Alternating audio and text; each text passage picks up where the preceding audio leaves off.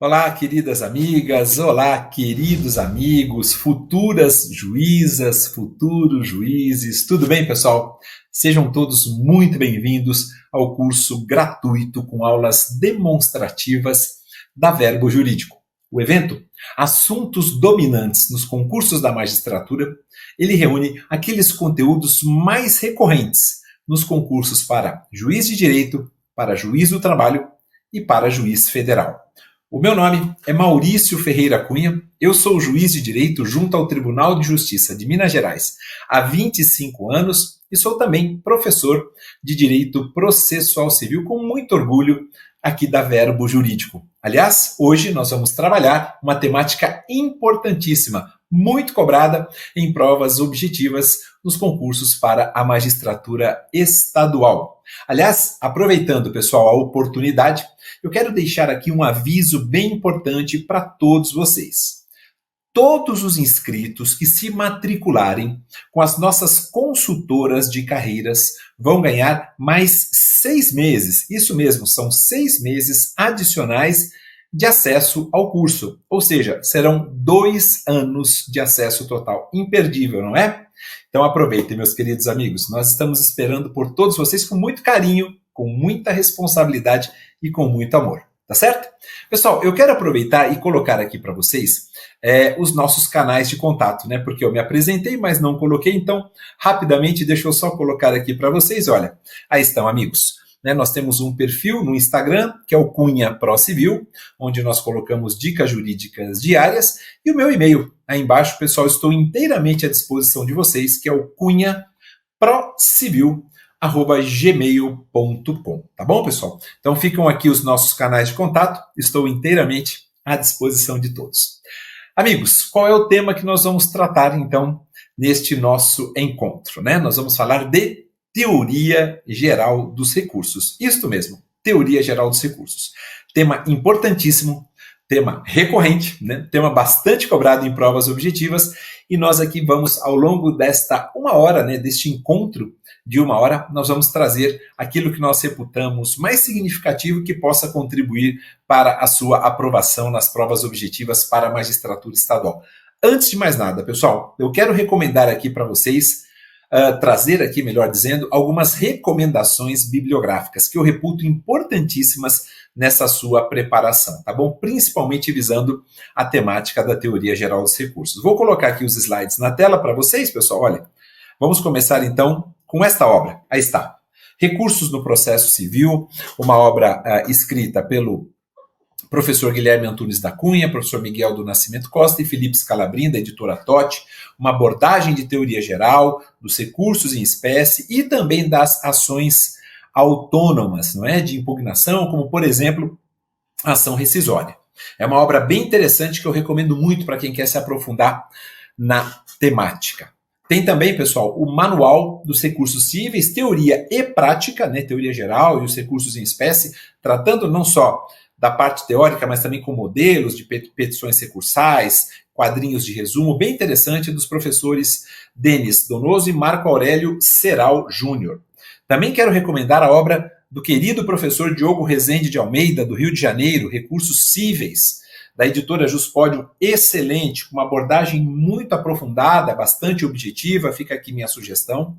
Uma obra um pouquinho mais completa, e essa eu diria para vocês, até para quem quer se aprofundar além dos concursos, Objeto dos Recursos Cíveis, do professor Lucas Buril de Macedo, que é do estado de Pernambuco.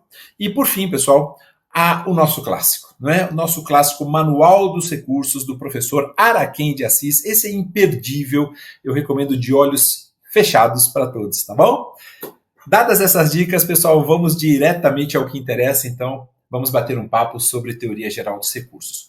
Todas as vezes, pessoal, que eu falo sobre teoria geral dos recursos, a primeira coisa que me vem à mente, eu vou ser muito sincero a vocês, é uma lição deixada pelo professor Barbosa Moreira. Melhor dizendo, é um conceito, é uma definição do professor Barbosa Moreira, sem sombra de dúvidas, um daqueles que mais estudou a temática recursal no nosso país, né, com repercussão inclusive internacional, com repercussão mundial. Professor Barbosa Moreira nos dá uma ideia, um conceito, uma definição do que seria recurso. E por que sempre que eu começo a falar de teoria geral dos recursos, eu invoco esse conceito? Porque vocês vão perceber que não é um conceito de forma alguma raso, é um conceito profundo e que permite que nós passemos por outras características, né, da teoria geral dos recursos. Não é simplesmente uma definição. Eu já consigo encontrar nuances, características da teoria geral dos recursos no próprio conceito do professor Barbosa Moreira. Ele basicamente define recurso da seguinte maneira, pessoal. Vejam só. Recurso é o remédio voluntário e idôneo apto a ensejar dentro do mesmo processo, ou seja, não é fora, é dentro do mesmo processo, a reforma, a invalidação, a integração ou o esclarecimento da decisão judicial que se quer impugnar. Vamos tentar fatiar, né, destrinchar rapidamente este conceito do professor Barbosa Moreira. Volto a dizer, né? É, na minha opinião, o mais amplo, o mais aprofundado, justamente pelo fato de que nós conseguimos extrair algumas outras ideias da teoria geral dos recursos. Aliás, eu arrisco a dizer que da nossa doutrina moderna, contemporânea, e até da doutrina clássica, por que não dizer, nós temos esse conceito do professor Barbosa Moreira, mencionado em mais de 90% das obras que estão hoje no mercado. Então vamos lá, pessoal. Recurso é um remédio voluntário e idôneo. Essa é a primeira parte do conceito, tá? Por que remédio voluntário e idôneo? Queridos amigos, por uma simples razão. Eu interponho um recurso, ou eu oponho, por exemplo, se nós estivermos falando de embargos de declaração, usando a terminologia correta, eu interponho ou eu oponho se eu quiser. Este ato deve ser voluntário. E por isso que o professor Barbosa Moreira diz, é um remédio voluntário, depende da vontade de quem quer ver modificado, de quem quer ver integrado, de quem quer ver invalidado ou esclarecido determinado ato decisório. Por isso que eu vou, obviamente, levar ao conhecimento do órgão julgador responsável as minhas razões recursais, para ver se eu consigo alterar. Mas isso depende da minha vontade, não é só da vontade. É claro, vocês sabem bem, não é? Nós temos os requisitos de admissibilidade recursal, que eu falarei ao final, todos eles. Tem que ser o recurso cabível e adequado, eu preciso ser parte legitimada, né, para tanto. Eu preciso demonstrar o interesse recursal. Eu não posso ter desistido ou renunciado. Eu preciso recolher o preparo se não for beneficiário de gratuidade de justiça. Eu tenho que apresentar o meu recurso dentro de um prazo, eu tenho que observar a tempestividade e, mais ainda, eu preciso demonstrar a regularidade formal, o princípio da dialeticidade. Mas a grande ideia, né, a principal ideia do professor Barbosa Moreira, neste começo de definição de conceito de recurso, é justamente de dizer, dependerá da vontade daquele que se viu prejudicado em razão de uma decisão proferida. E quando ele fala que é um remédio voluntário e idôneo, o que é que ele quer dizer com isso? Que eu só posso me utilizar daquele recurso legalmente previsto em lei. E aí a gente invoca o princípio da taxatividade. O recurso idôneo é aquele que está lá no rol, por exemplo, amigos, do artigo 994 do nosso CPC. A gente tem apelação, temos os agravos de instrumento. Além do agravo de instrumento, nós temos também o agravo em respe ou em restre, nós temos o agravo interno, nós temos os embargos de declaração, nós temos embargos de divergência, em especial o extraordinário, temos o especial, temos o extraordinário, temos o recurso ordinário constitucional e, para além daquele rol taxativo, porque o recurso, para ser idôneo, ele precisa estar previsto em lei do 994 do CPC, nós temos outros recursos previstos em legislações extravagantes. Eu vou citar só um, o recurso inominado, previsto na Lei 9.099 de 95, que trata dos juizados especiais. Poderia falar dos embargos infringentes de alçada, da Lei de Execução Fiscal, que está lá no artigo 34, da Lei 6.830 de 80 também. Então, só para deixar bem claro, quando o professor Barbosa Moreira fala recurso é um remédio voluntário e idôneo, porque depende da vontade de quem se viu prejudicado, evidentemente, o recurso não será apresentado ex officio, e eu preciso me utilizar, é claro, daquele recurso legalmente previsto em lei. Aproveitando, pessoal, permitam, né? Já que nós estamos falando de voluntariedade e já que nós estamos falando também de temática recursal, de teoria geral dos recursos, nós não podemos nos esquecer que, quando nós falamos de remessa necessária, de reexame necessário, né, estamos falando de voluntariedade. Na remessa necessária, a gente vê uma necessidade. No reexame necessário, a gente vê uma necessidade.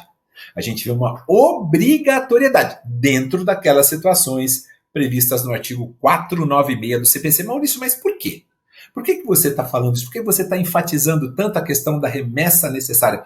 Para que a gente não afirme, sob hipótese alguma, nem mesmo numa fase oral, nem mesmo numa fase discursiva, né, quiçá numa fase objetiva, que o reexame necessário é um recurso. Não é, é uma condição de eficácia da sentença. Para que a sentença produza a eficácia do seu conteúdo, ela precisa ser confirmada, obviamente, por um órgão julgador superior, ou seja, por um tribunal que analisará o conteúdo da sentença, analisará as razões recursais, as contra-razões recursais, se tiverem, obviamente, mas se não tiverem, mesmo assim, o juiz é obrigado a remeter os autos, nas hipóteses que nós vamos mencionar agora, ao órgão julgador superior. Então, o juiz de primeiro grau, o juiz de direito, ele remete os autos ao seu respectivo tribunal. Para quê? Para que esse tribunal, analisando a hipótese, né, de reexame necessário, as condições ali que foram observadas, diga se é o caso de manter, se é o caso de reformar aquela decisão, de mantê-la parcialmente, a gente não sabe o que vai acontecer. Mas o mais importante, amigos, sem sombra de dúvidas, é nós não afirmarmos de maneira alguma, né? De maneira alguma, que remessa necessária é recurso, tá? E eu tenho aqui pelo menos 5 razões para dizer a vocês que não se trata de recurso. Mas antes de mais nada, vamos dar uma olhadinha no 496, pessoal. Esse artigo é importantíssimo e muito cobrado em provas objetivas. Tá aí, olhem só. É o que trata justamente da remessa necessária, já que a gente está falando de que o recurso é um remédio voluntário, aqui não tem nada de voluntariedade. Aqui tem de obrigatoriedade, de necessidade. Então, quando a gente olha para a redação do 496, a gente vai se deparar com a seguinte redação, pessoal. Lá, basicamente, está escrito assim: está sujeita ao duplo grau de jurisdição e só produz efeito depois de confirmada pelo tribunal a sentença que, aí está lá, proferida contra os entes públicos, né, União, Estados, tal, Distrito Federal, municípios, autarquias, fundações de direito público, e também aquelas sentenças que julguem procedentes total ou parcialmente os embargos à execução fiscal. Mas o parágrafo 3º, que é o que está na telinha, e esse que eu chamo a atenção de vocês, diz, ok, precisamos obedecer o reexame necessário, mas não será necessário, quer dizer, não será obrigatório, não haverá nenhuma imposição para se estabelecer o reexame necessário quando a condenação ou proveito econômico obtido na causa for de valor certo e líquido, inferior a 1.000 salários mínimos para a União, para as autarquias e fundações de direito público, 500 salários mínimos para os estados, o Distrito Federal, autarquias e fundações de direito público e municípios que constituam capitais dos estados e 100 salários mínimos para todos os demais municípios e respectivas autarquias e fundações de direito público. Ou seja, meus amigos, eu sei que há uma necessidade, há uma obrigação de que se estabeleça o reexame necessário, por isso que ele é obrigatório, não tem nada de voluntariedade, nas hipóteses mencionadas no caput do artigo 496, ou seja, as decisões proferidas, as sentenças, melhor dizendo, proferidas contra a União, contra os estados, contra o Distrito Federal, contra os municípios, respectivas autarquias e fundações de direito público, e também naquelas sentenças que julguem procedentes, que acolham os embargos à execução fiscal, no todo ou em parte. Mas nessas hipóteses, não tem reexame necessário. Ou seja, se os entes públicos quiserem modificar o conteúdo daquela sentença, deverão interpor recurso de apelação. Tá bom, pessoal? Foram patamares escolhidos pelo legislador que elaborou o CPC de 2015 com muito critério, pensando na capacidade de arrecadação de cada um desses entes públicos, não é? E, obviamente, escolhendo esses valores que, na concepção do legislador, seriam interessantes para que não ocorresse o reexame necessário. E eu diria, pessoal, também que o reexame necessário, eles se constituem além de uma condição de eficácia da sentença. Isso já foi perguntado no exame oral, tá bom, pessoal? Por isso que eu estou aqui acrescentando para vocês, né? Eles se constituem numa prerrogativa, né, do poder público, numa prerrogativa desses entes públicos, não de um privilégio, mas sim de uma prerrogativa e que tem por trás, é claro, uma série de fatores, como, por exemplo, um número reduzido de procuradores atuando, enfim, por aí vai, são vários exemplos, né, várias situações que a gente poderia trazer aqui para vocês, mas que não é o momento de nós destacarmos, não. E além disso, pessoal, tem um ponto importantíssimo nesse 496, que é o seu parágrafo 4º. E eu vou dizer para vocês por quê, amigos. Porque nesse parágrafo 4º, que eu vou colocar aqui na telinha rapidamente, a gente percebe a ideia do legislador, tá aí, olha, já falando de um outro ponto importantíssimo, né? A ideia do legislador, a mens legis, no sentido de afirmar, opa, nós temos um sistema de precedentes estabelecido no nosso CPC de 2015. A partir dos artigos 926 e 27, a gente percebe que o principal, a principal intenção do legislador foi a de ter uma jurisprudência uniformizada, estável, íntegra e coerente. E para isso, no 927, ele traz aquilo que nós chamamos de precedentes vinculantes.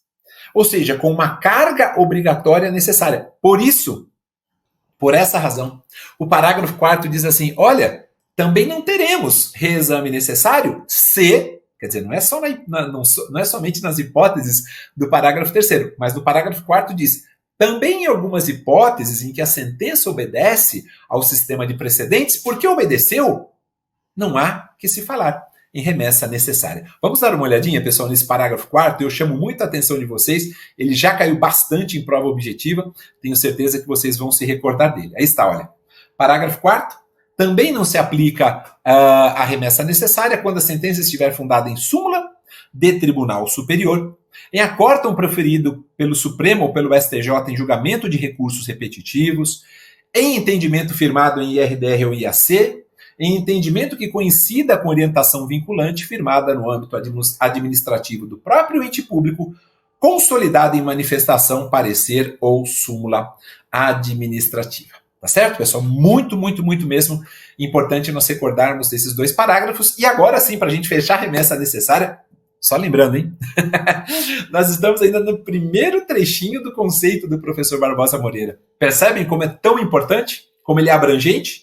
Como ele é profundo, não é? Porque ali ele começa dizendo, recurso é um remédio voluntário e idôneo. A gente está falando, já falamos dos dois, e agora a gente está focando um pouquinho mais na ideia de voluntariedade, trazendo contraponto, trazendo a obrigatoriedade da remessa necessária. Então, para a gente fechar, para a gente não afirmar de maneira alguma que remessa necessária, reexame necessário é um recurso, eu traria para vocês cinco razões, tá? Para a gente nunca dizer que remessa necessária é um recurso. Primeiro, a sua obrigatoriedade, quer dizer, não tem nada de voluntariedade. Segundo, não é dialético, não tem dialeticidade.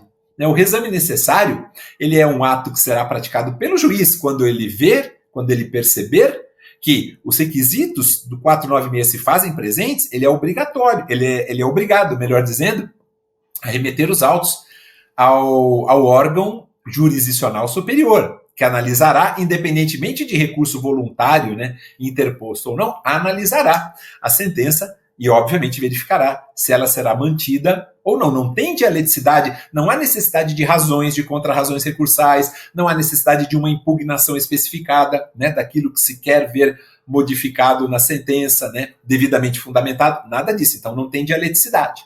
Então, eu falei 5, né? Primeiro, então, ausência de voluntariedade. Segundo, não é dialético. Terceiro, não tem prazo. Todos os recursos têm prazo para interposição. A remessa necessária não tem prazo.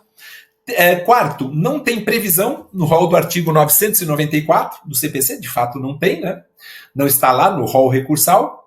E também questão de legitimidade, o quinto argumento, né? A quinta razão, quando a gente fala de legitimidade recursal, a gente vai lá para o 996. Quem é que tem legitimidade para interpor o recurso? A parte vencida, o terceiro prejudicado e o MP, seja como fiscal da ordem jurídica, seja quando ele atua como parte.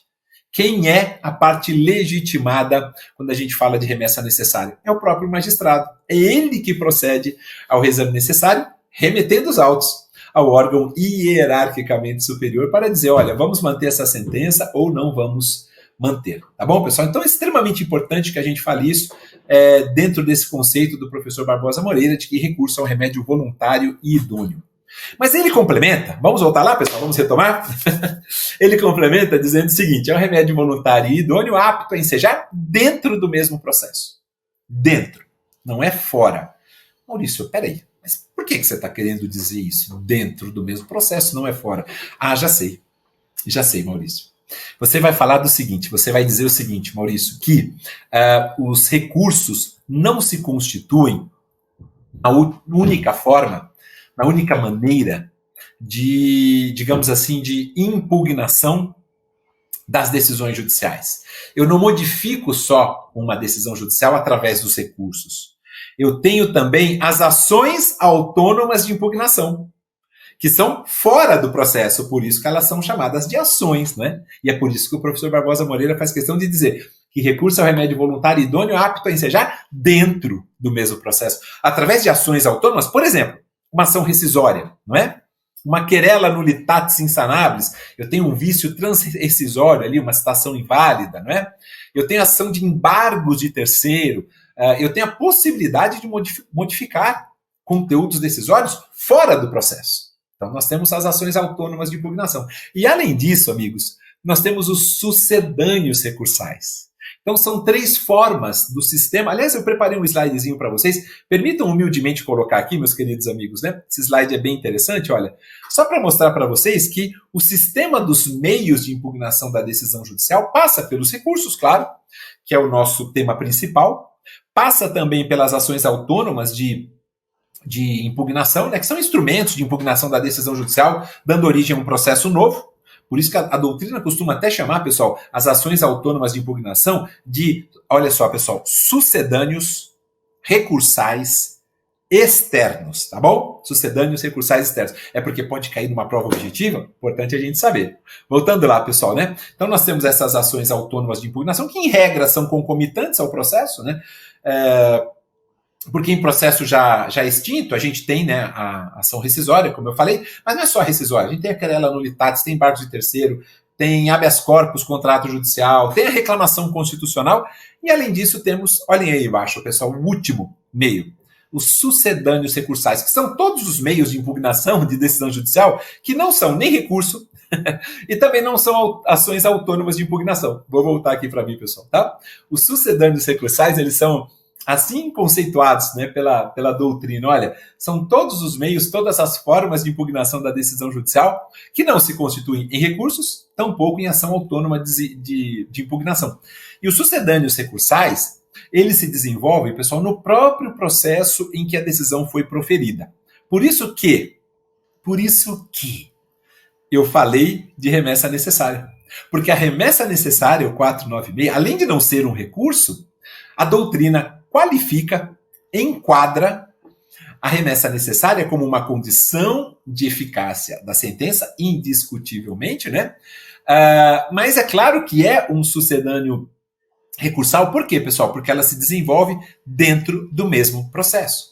Só as ações autônomas de impugnação que são fora do processo, né? Mas, obviamente, ainda que seja dentro do mesmo processo, como são os recursos, não dá para dizer que o reexame necessário é um recurso pelas 5 razões que eu acabei de expor aqui para todos vocês, tá, pessoal? Poderia falar também, além da remessa necessária, um outro exemplo que a doutrina dá de sucedâneo recursal são os pedidos de reconsideração, que não tem nada a ver, tá, pessoal? Porque não tem previsão legal, não tem nada a ver com juízo de retratação. Pedidos de reconsideração não tem previsão expressa, eles são resultados, né, de uma construção jurisprudencial, só aqueles famosos pedidos que você atravessa pedindo para que o juiz reconsidere o seu ato decisório, tá? Eles não interrompem prazo recursal absolutamente nada, tá, pessoal? O STJ já reconheceu isso aí há bastante tempo. E um outro exemplo que me veio à mente agora de sucedâneo recursal é a correição parcial, tá bom, meus amigos? Que tem natureza administrativa, né? E segundo a melhor doutrina, a correição parcial nada mais é do que aquele instrumento cabível quando a parte perceber uma inversão tumultuária do processo, né? Ou seja, quando a gente perceber que o juiz inverte, pratica um ato procedimental antes de um outro que deve ser praticado e acaba não se retratando, não voltando atrás, é perfeitamente possível você tentar modificar aquele ato decisório através de um pedido de correição parcial. Então, pessoal, só para deixar bem claro, né? Recurso é um remédio voluntário, idôneo, apto a ensejar dentro do mesmo processo, porque recurso é dentro. Fora, dentro do sistema dos meios de impugnação, a gente tem as ações autônomas de impugnação das decisões judiciais, eu dei alguns exemplos, e ainda dentro do processo, né, não nos esqueçamos, nós temos também os sucedâneos recursais. Voltando, pessoal, ao nosso conceito, né, só para a gente finalizar, o professor Barbosa Moreira arremata dizendo assim, apto a ensejar dentro do mesmo processo a reforma. Por que eu falo da reforma? Quando eu quero modificar, né, um conteúdo decisório, o mérito não foi daquele jeito que eu gostaria que eu fosse, eu quero alterar, ou seja, eu sou um réu, o pedido inicial foi julgado procedente, eu busco a reforma para que ele não seja considerado procedente. Às vezes eu vou buscar a invalidação, que é o que o professor Barbosa Moreira menciona, né?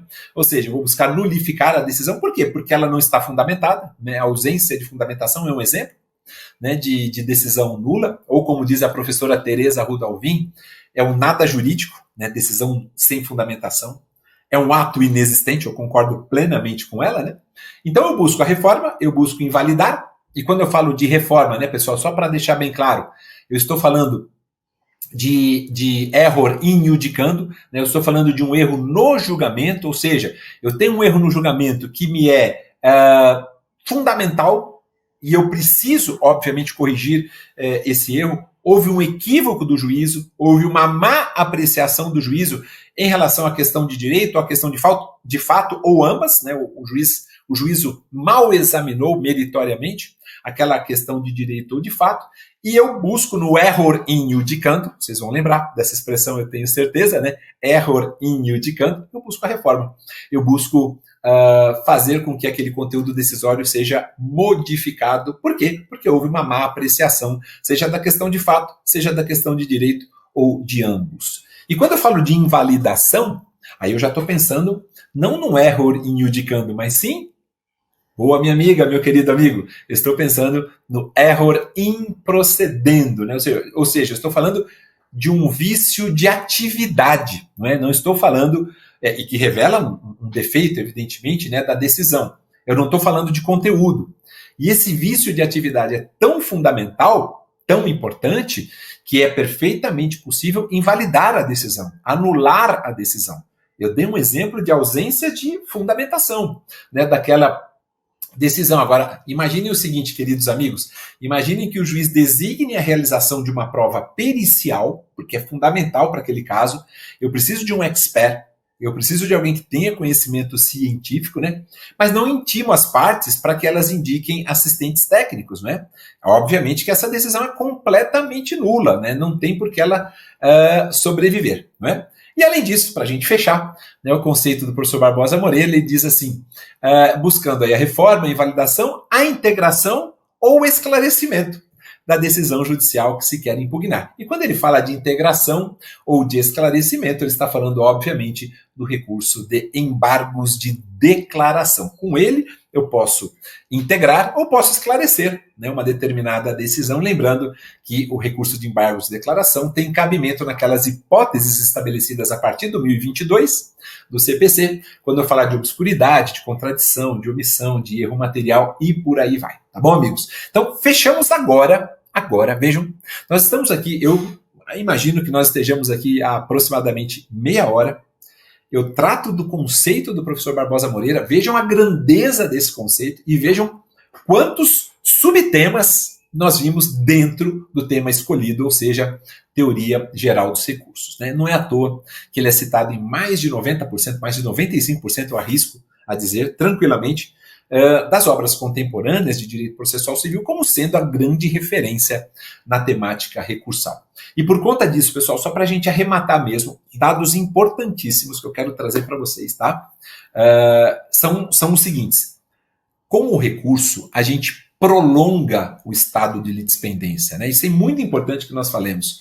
A partir do momento em que um recurso ele é conhecido, Se ele vai ser, obviamente, provido no seu mérito, parcialmente provido, se a ele será negado o provimento, a gente não sabe. Mas a partir do instante em que o recurso é provido, nós temos uma prolongação do estado de litispendência. Nós não temos um processo novo. Simplesmente aquela lide, ela continua pendente. Isso é extremamente importante e, repito, essas informações que eu trago para vocês são com base não só em pesquisas que nós fizemos, das temáticas cobradas em provas objetivas, mas também em provas orais. Isso já foi perguntado em prova oral. Como também já foi perguntado em prova oral, qual é a natureza jurídica do recurso?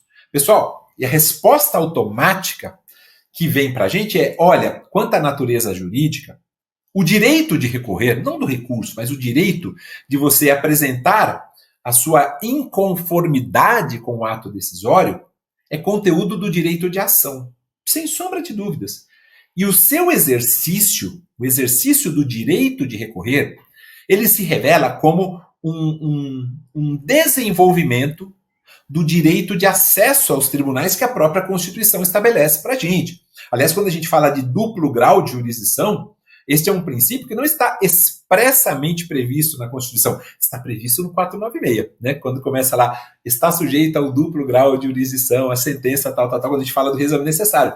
Mas na Constituição Federal, o duplo grau de jurisdição ele não está previsto expressamente, mas sim implicitamente, através de alguns dispositivos, como, por exemplo, dizer, olha, compete aos tribunais, né? Compete ao tribunal, é claro que você tem um duplo grau de jurisdição.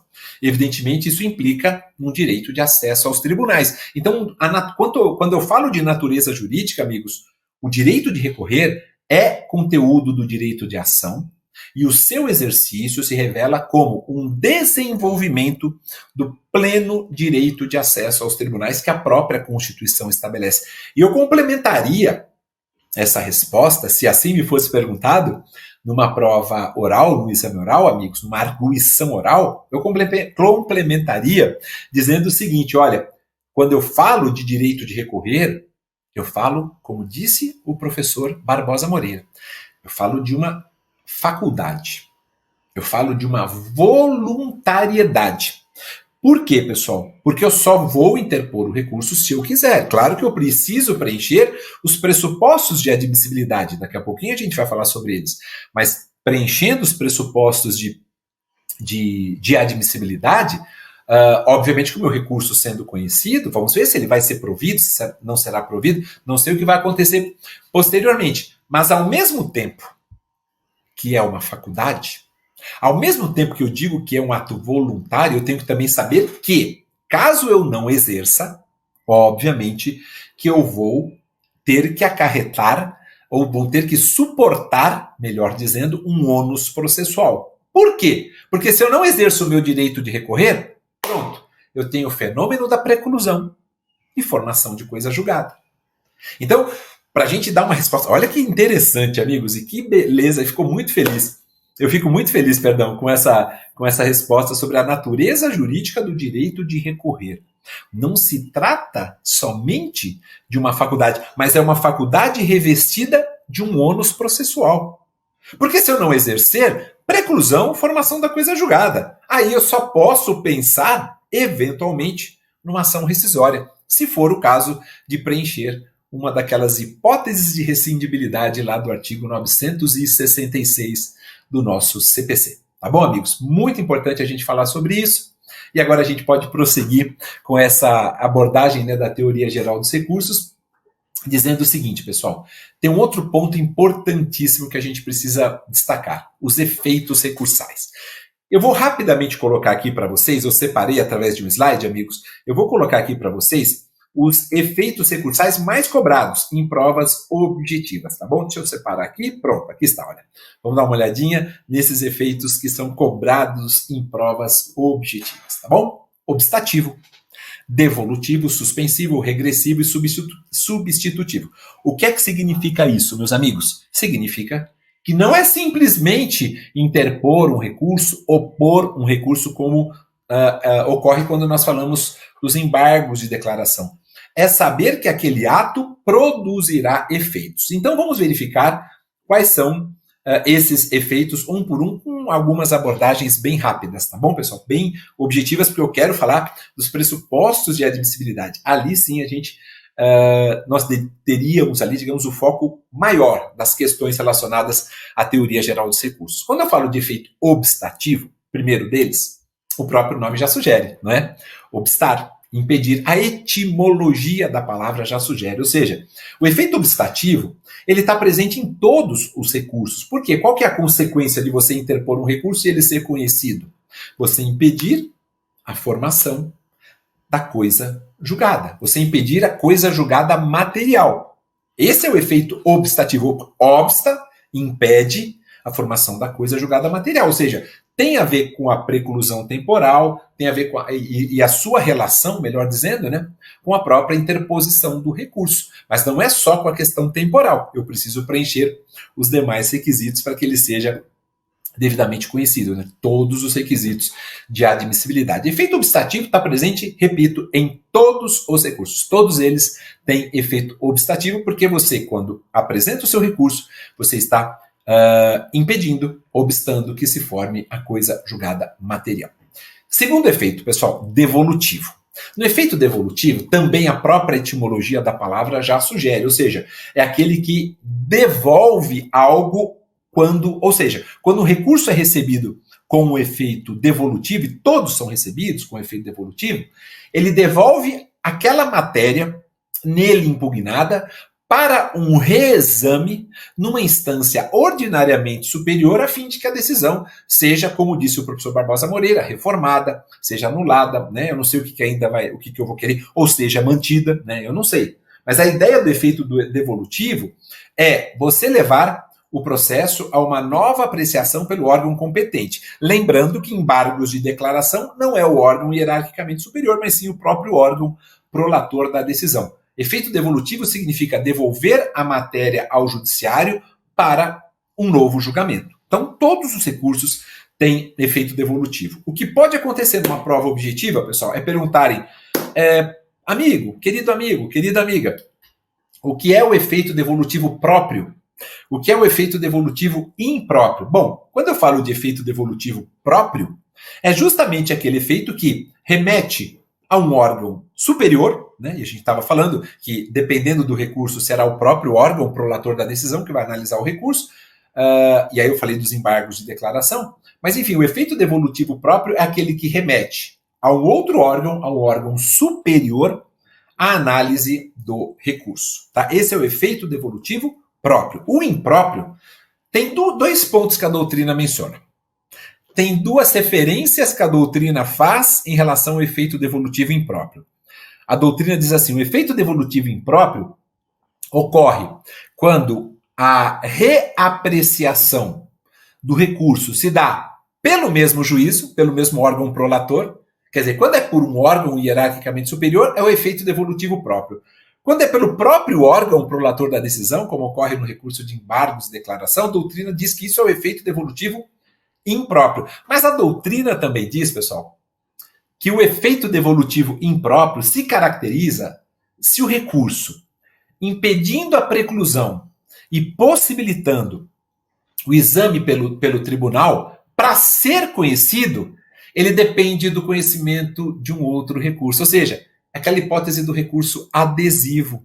Ali seria o chamado efeito, então, repito, efeito devolutivo impróprio, uma segunda acepção trazida pela doutrina. Repito, amigos, nós teríamos efeito devolutivo impróprio também, se o recurso impedindo a preclusão e possibilitando o exame pelo tribunal, para ser conhecido, ele depende do conhecimento de um outro recurso. E aí a gente entra na ideia do recurso adesivo, lá do artigo 997, onde a gente tem que ter a sucumbência recíproca. E só aproveitando, tá, pessoal? Recurso adesivo não é recurso. Recurso adesivo é uma forma de interposição de 3 recursos: apelação, recurso extraordinário e recurso especial.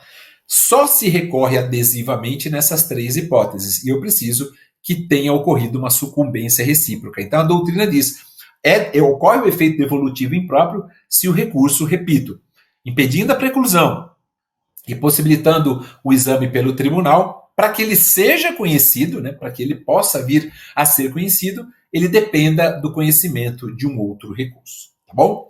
Ainda sobre efeito devolutivo, pessoal, as questões mais importantes, além dessa classificação do efeito devolutivo próprio e impróprio, as questões mais importantes estão no efeito devolutivo. Não nos esqueçamos daquela expressão em latim que a gente aprende, ó, lá nos bancos acadêmicos. Lembram? Tantum devolutum quantum appellatum, né? Foi o critério adotado pelo CPC. Então, quanto à extensão, quando eu falo a extensão do efeito devolutivo, eu estou falando em definir o que é que se submete, mediante recurso, a um julgamento do juízo ad quem, né? Do juízo aquo, evidentemente, né? Do juízo ad quem. Ou seja, a extensão do efeito devolutivo significa você definir de maneira clara a exata medida em que a decisão será impugnada. E você pode, obviamente, impugnar de maneira total ou parcialmente. Né? E aí a gente entra na questão das matérias de ordem pública. Né? Quando a gente fala extensão é matéria de ordem pública. Ainda que o recorrente, né, não tenha alegado essas questões de ordem pública, né? Ou o recorrido, também pode ser que ele não tenha alegado nas contrarrazões recursais. Quando eu falo de matéria de ordem pública, nada impede que elas sejam apreciadas pelo tribunal ex officio. Tá? Mas só para deixar bem claro, pessoal, somente seria possível. Por quê? Porque o CPC, ele é claro nesse sentido, no artigo 1013, que fala da teoria da causa madura, lá no seu parágrafo 1º, né? O CPC deixa bem claro que somente será possível o conhecimento dessas questões de ordem pública no bojo, né, dentro daquilo que tenha sido objeto de impugnação. Ou seja, somente será possível o conhecimento dessas questões de ordem pública no bojo da análise do capítulo que foi impugnado. Isso é tranquilo, a gente tem que se atentar para o que o 1013, parágrafo 1º do CPC estabelece nesse sentido. Tá bom, amigos? Dito isso, pessoal, só para a gente poder ganhar um pouquinho mais de tempo, vamos sair do efeito devolutivo e vamos falar do efeito suspensivo, né? Pela ordem era isso, né? Obstativo, devolutivo, isso, vamos falar do efeito suspensivo, meus amigos, também extremamente importante. O próprio nome sugere, né? Ou seja, quando falamos de efeito suspensivo, nós estamos falando em impedir, em suspender a produção de efeitos, a produção dos efeitos da decisão recorrida, até que a gente tenha o julgamento final do recurso. Tá bom? Aliás, eu citei o professor Araquém de Assis, né? Trazendo aquela obrona, né? Obrinha no sentido carinhoso, é claro, mas aquela obra magistral do professor Araquém de Assis, que a gente citou no início desse nosso bate-papo, né? Para ele, o efeito suspensivo, ele impede a produção de efeitos próprios do provimento. Ele é muito claro, ou ainda, né? Ele diz que o efeito suspensivo é aquela qualidade, é um adjetivo atribuído ao recurso que, a partir de um determinado momento, ele inibe a eficácia própria ou natural daquela decisão, daquele provimento que foi impugnado. Uma definição muito clássica e bastante trazida, né, pela doutrina.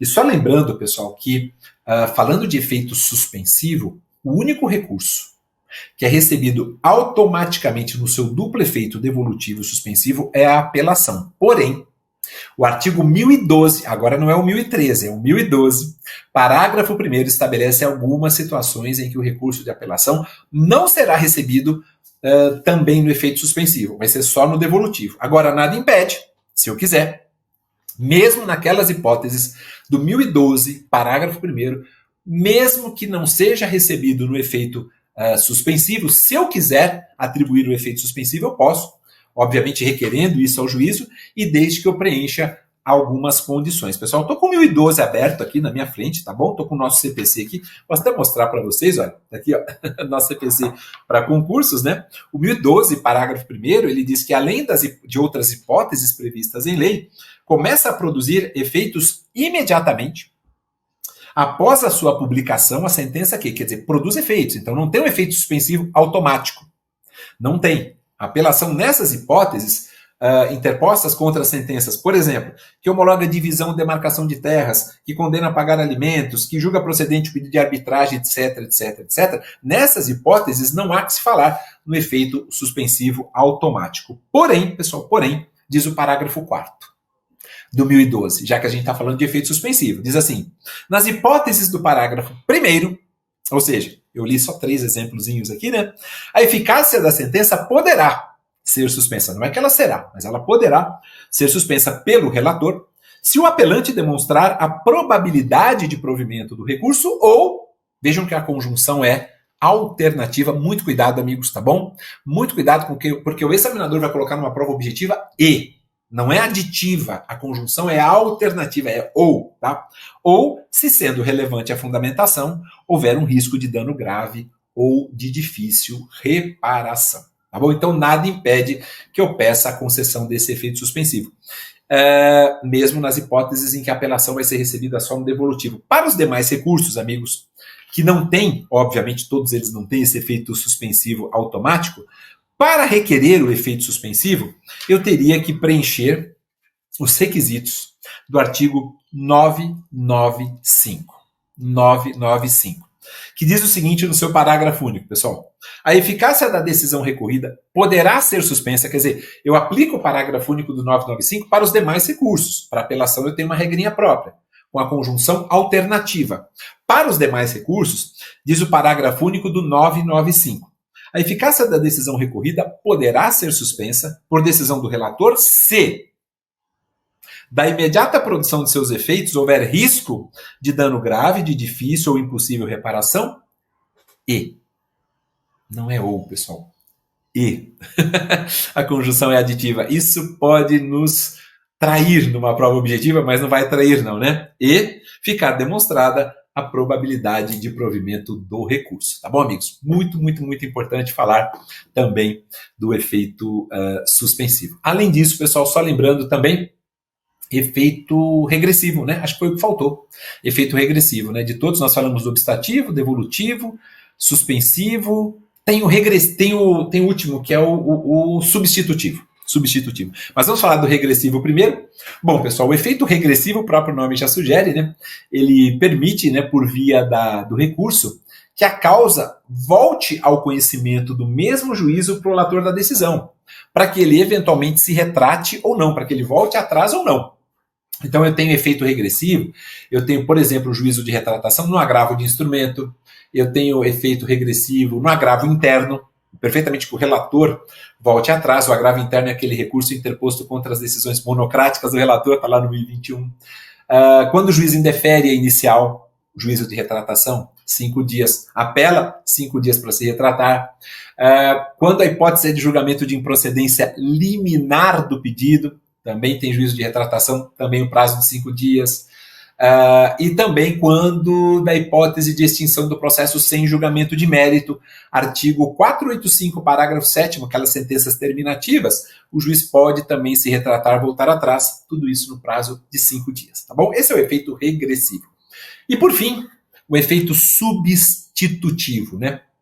Que nada mais é, pessoal, do que dizer o seguinte: olha, nós temos a prolação de um acórdão em relação àquela sentença que foi objeto de apelação, maravilha. O que esse acórdão diz? Esse acórdão não conhece do recurso, por exemplo. Né? Por exemplo, se o recurso não for conhecido, não dá para dizer que o acórdão substitui a decisão recorrida. Não é? Porque a ideia de efeito substitutivo é você ter, e a gente pode olhar no 1008, pessoal, você ter o acórdão, você ter a decisão do tribunal substituindo a decisão de primeiro grau. Olhem o que diz o 1008, pessoal. 1008 do CPC. O julgamento proferido pelo tribunal substituirá a decisão impugnada no que tiver sido objeto do recurso. Mas espera aí, se o recurso não for conhecido, não dá para a gente falar de efeito substitutivo. Agora, se o recurso foi conhecido, né, e foi acolhido lá, vamos supor, se o recurso foi interposto, amigos, com fundamento em erro em procedendo, quer dizer, eu estou buscando uma invalidação, estou buscando anular.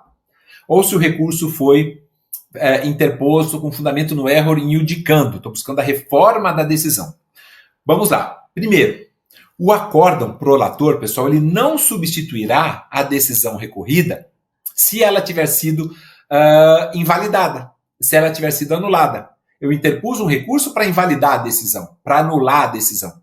obviamente, né, que nessas hipóteses o acórdão não substitui a decisão recorrida se ele reconheceu a invalidade, se ele reconheceu a nulidade. E quando eu falo de error in iudicando, quando eu falo de erro no julgamento, aí sim, obviamente, que se for confirmado o erro no julgamento, se a decisão for reformada, aí sim eu estou falando de efeito substitutivo. Então são duas premissas importantíssimas, tá bom, pessoal? Vou repetir. Na primeira, o recurso não é conhecido, ou seja, o acórdão não substitui a decisão recorrida. E na segunda, o recurso é conhecido, né, e foi com base no error in procedendo, ou foi com base no error in iudicando. Se foi com base no error in procedendo, ele vai invalidar a decisão, portanto, não há que se falar em efeito substitutivo. Mas se foi, por exemplo, pessoal, com base no error in iudicando e não no error in procedendo, aí a gente tem sim a substituição. Tá bom? Dito isso, amigos, agora sobrou um tempinho para a gente falar de juízo de admissibilidade e juízo de mérito, e os pressupostos de admissibilidade são extremamente importantes. Eu preparei aqui uma tabelinha para vocês, deixa eu ver se eu consigo colocar aqui, pessoal, bem rapidamente aqui para todos, tá?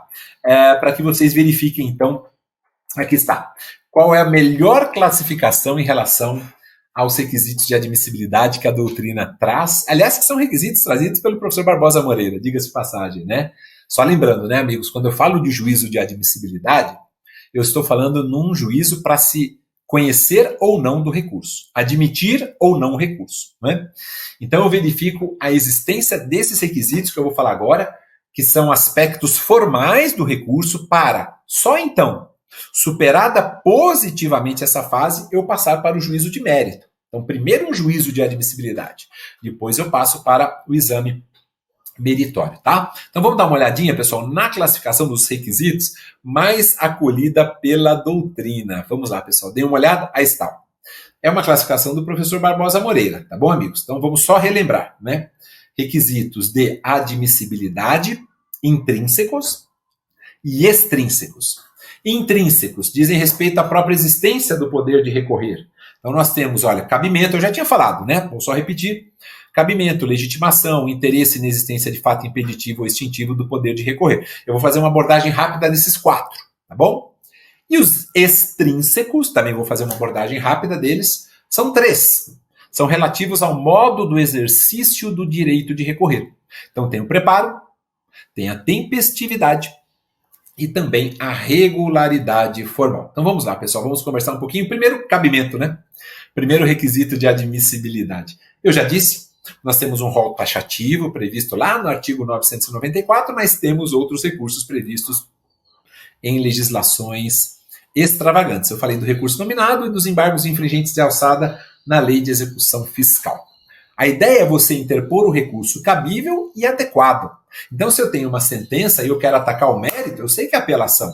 Ah, não, a sentença tem algo que não está muito claro. Opa, primeiro, embargos e declaração.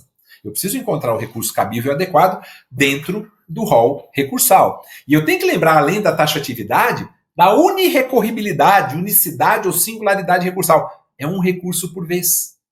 Eu não vou interpor o recurso de apelação e opor o recurso de embargos e declaração contra aquela sentença. Primeiro os embargos, depois eu vejo o que vai dar, e depois, se for o caso, eu interponho recurso de apelação. Não é? Unicidade, unirrecorribilidade, singularidade recursal, um recurso por vez. Maurício, mas espera aí.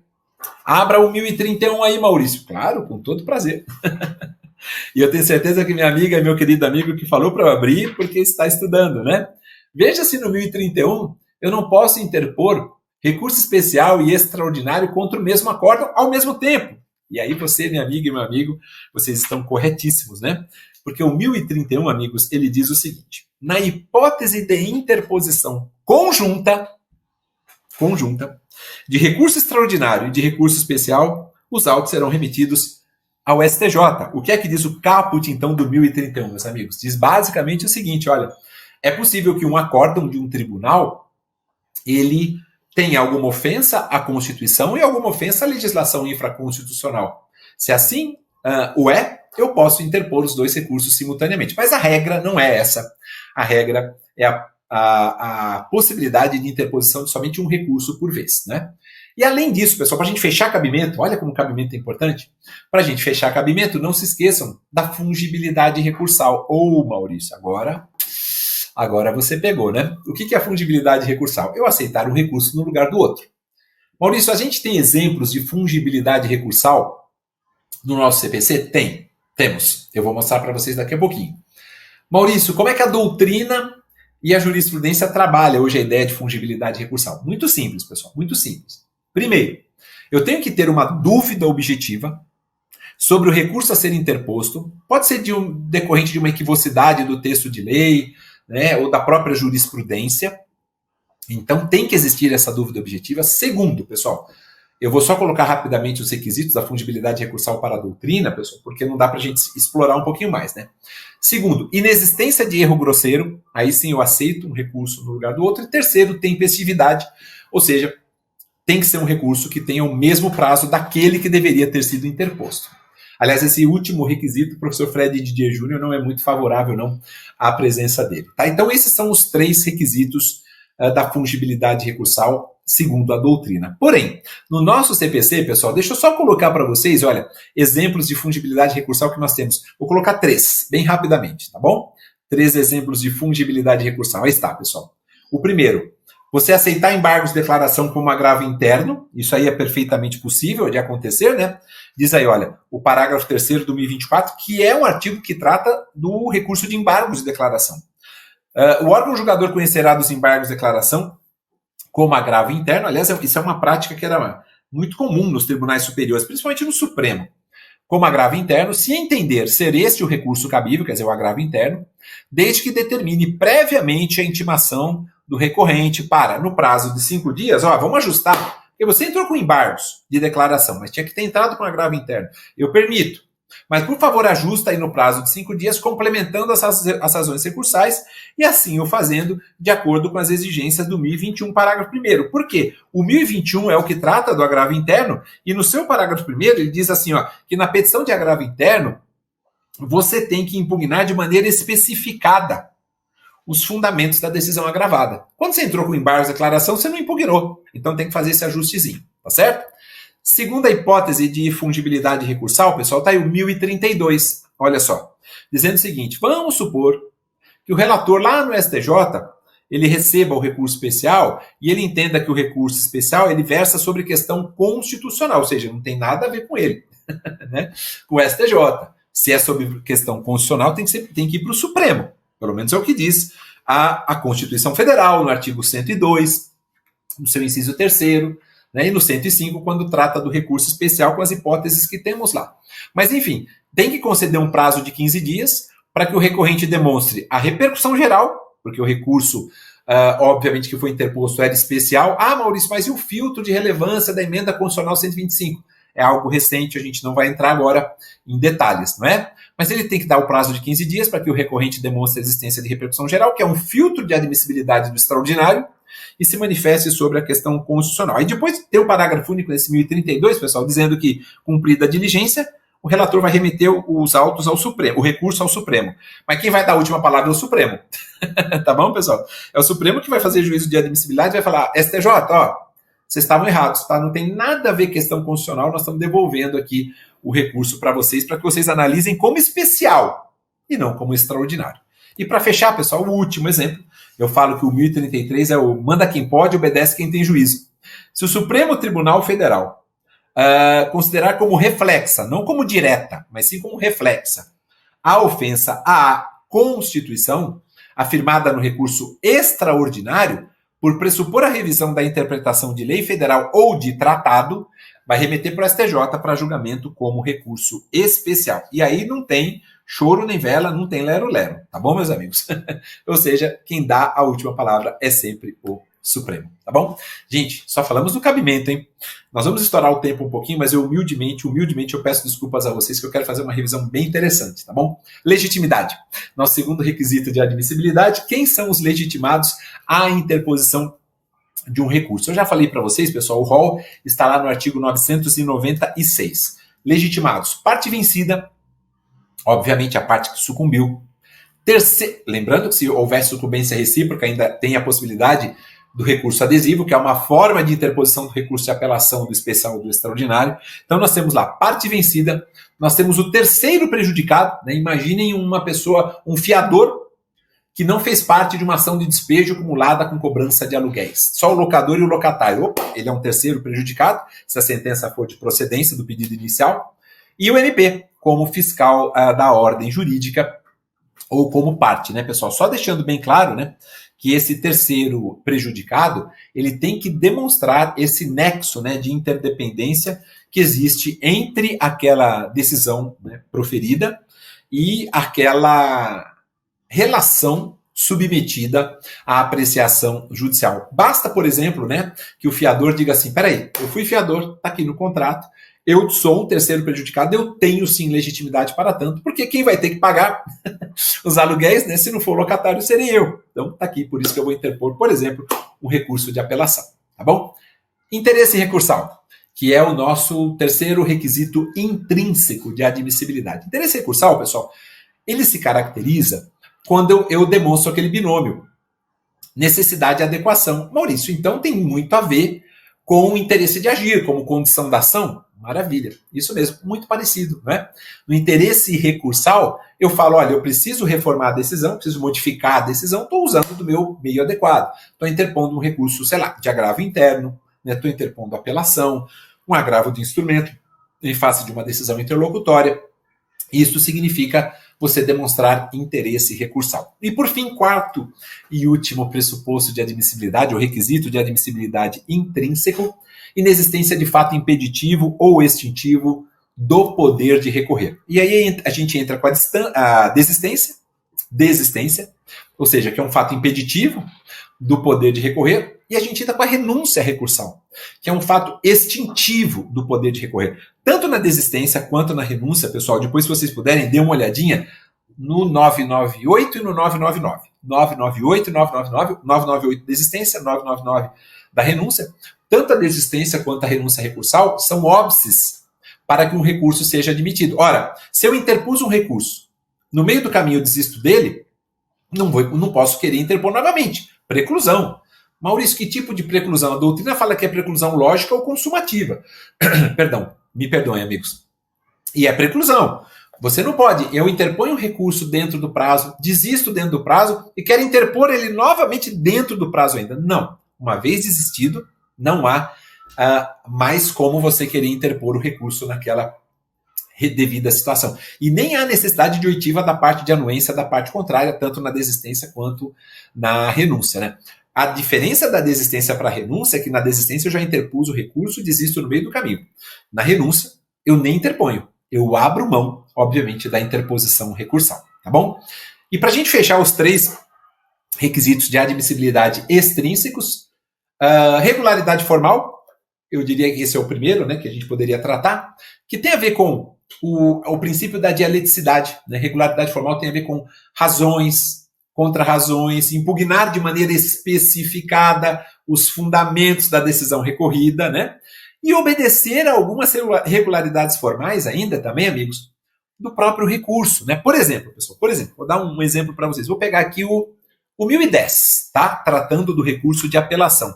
Ele tem uma regularidade formal muito particular, muito própria. Querem ver, pessoal? Vou ler para vocês aqui o nosso querido artigo 1010. A apelação, interposta por petição dirigida ao juízo de primeiro grau, olha uma regularidade formal, né? Conterá nomes, qualificação das partes, exposição de fato e de direito, etc. E a gente sabe que a petição é dirigida ao juízo de primeiro grau e as razões recursais ao tribunal. Isso é regularidade formal. Aí tem também no agravo de instrumento, enfim, tem todos os recursos a essa regularidade formal. Esse princípio da dialeticidade, porque não é só obedecer às particularidades, mas também impugnar de maneira especificada os fundamentos da decisão recorrida, tá certo? E por fim, preparo e tempestividade. Amigos, preparo. O 1003 é um artigo importantíssimo quando a gente fala do preparo, tá bom, pessoal? Eu estou com ele aberto aqui. O que eu diria para vocês? É tempestividade, perdão. 1003 é tempestividade. O 1007 é que é o preparo, tá? Me perdoem, amigos. 1003, tempestividade. O 1007 é o preparo. Vamos começar pela tempestividade. No 1003. Todos nós sabemos que o prazo recursal é próprio, fatal e improrrogável. Então não tem como você alterar, evidentemente, o prazo recursal. E é importante que a gente lembre, por exemplo, no 1003, vou ler rapidamente, nem vou colocar slide para vocês não, amigos, no parágrafo 4º, que diz o seguinte, parágrafo 4º do 1003, para a aferição da tempestividade do recurso remetido pelo correio, porque ainda é possível, obviamente, né? A gente tem autos físicos também tramitando ainda, viu, meus amigos? Muitos autos físicos estão tramitando no Brasil. Para a aferição da tempestividade de um recurso que eu interponha pelo correio, será considerada como data de interposição a data da postagem, e não a data de recebimento do recurso na secretaria do tribunal. Ou seja, a súmula 216 do STJ, ela perdeu sua razão de ser. E nada mais justo, né, pessoal? Se eu tenho um prazo recursal, eu posso interpor o recurso pelo correio, vou dentro do prazo ir lá, despacho lá no correio, né? Vou protocolar lá bonitinho, vou postar o meu recurso dentro do prazo recursal nos correios. Se vai ser recebido pela secretaria depois do prazo, 20 dias depois, eu não tenho nada a ver com isso, né? A súmula 216 do STJ era uma súmula extremamente defensiva, né? Uma jurisprudência defensiva. Esse é um ponto importantíssimo. Lembrar que os prazos recursais normalmente são de 15 dias, tirando os embargos de declaração que são de 5. E o parágrafo 6º também, pessoal, outro ponto importantíssimo sobre tempestividade, porque ele deixa bem claro que feriado local tem que ser comprovado no ato de interposição do recurso. Parágrafo 6º do 1003, tá bom? Feriado local tem que ser comprovado. Amigos, isso surgiu principalmente por conta do feriado de segunda-feira de carnaval, não é? Que em algumas localidades é feriado e outras não. Então, feriado local não tem mais discussão, mas o STJ, o STF, sim, por conta de dispositivo de lei, sem margem de interpretação, feriado local tem que ser comprovado na data da interposição do recurso, tá bom, meus amigos? Não se esqueçam disso, no ato de interposição do recurso. Para a gente fechar, preparo, artigo 1007, com todas as... só lembrando, hein, pessoal? É tanta coisa, né? Eu quero passar tudo para vocês, me perdoem, tá, pessoal? Humildemente eu peço desculpas a vocês. Quando a gente fala de tempestividade também, não se esqueçam que por conta do 218, parágrafo 4º, o recurso prematuro, aquele recurso interposto antes da intimação da decisão, ele é tempestivo, tá bom? Por conta do 218, parágrafo 4º. Não tem nada de intempestividade, não, ele é tempestivo. E o preparo, então, só para a gente fechar, pessoal, as principais modificações que nós tivemos em relação ao preparo, não se esqueçam, né? Quem não comprovar, parágrafo 4º do 1007, quem não comprovar o recolhimento do preparo, quer dizer, não recolheu nada. Absoluto. Não é que ele recolheu uma parte e ainda quer complementar, porque isso é possível e é concedido prazo de 5 dias para tanto, conforme parágrafo 2º do 1007. Quando não recolher nada do preparo, por conta da primazia do julgamento de mérito recursal, vou te dar uma segunda chance. Recolha em dobro, não tem problema nenhum, tá bom? Só que quando você tiver que recolher em dobro, é para recolher o valor total. Também não dá para complementar, tá certo? Isso está previsto no artigo 1007, parágrafos 4º e 5º. E um último ponto importante, pessoal, só para deixar bem claro também, é que o parágrafo 7º do artigo 1007 também acaba com uma jurisprudência defensiva, porque ele diz assim, quando nós nos depararmos com um equívoco do preenchimento da guia do preparo, né, da guia de recolhimento das custas recursais, desde que esse equívoco ali esteja presente, isso não implica na aplicação imediata da pena de deserção. Por conta da primazia do julgamento de mérito recursal, também a obrigação do relator é dizer o seguinte, olha, estou com uma dúvida quanto ao recolhimento aqui, uma dúvida no preenchimento aqui da guia de recolhimento, né, do preparo. Recorrente, por favor, estou intimando o recorrente para sanar esse vício no prazo de 5 dias. E não simplesmente dizer assim, olha, há um equívoco, não recebo do recurso. Não. O recurso, todos queremos que ele seja recebido e, mais ainda, que o mérito seja devidamente analisado. Tá bom, meus amigos? É isso. Eu extrapolei demais o nosso tempo. Eu peço mais uma vez desculpas a todos, mas eu espero que tenha sido proveitoso. Foi um prazer enorme estar aqui com todos vocês da Verba. Eu estou muito feliz, muito contente mesmo. E claro, todos nós estamos esperando vocês aqui. Volto a dizer, hein? Com amor, com carinho e com muita responsabilidade. Tá bom, pessoal? Esperamos vocês de braços abertos. Espero que tenha sido proveitoso e a gente se vê em breve. Um forte abraço, meus queridos amigos. Fiquem com Deus e até mais.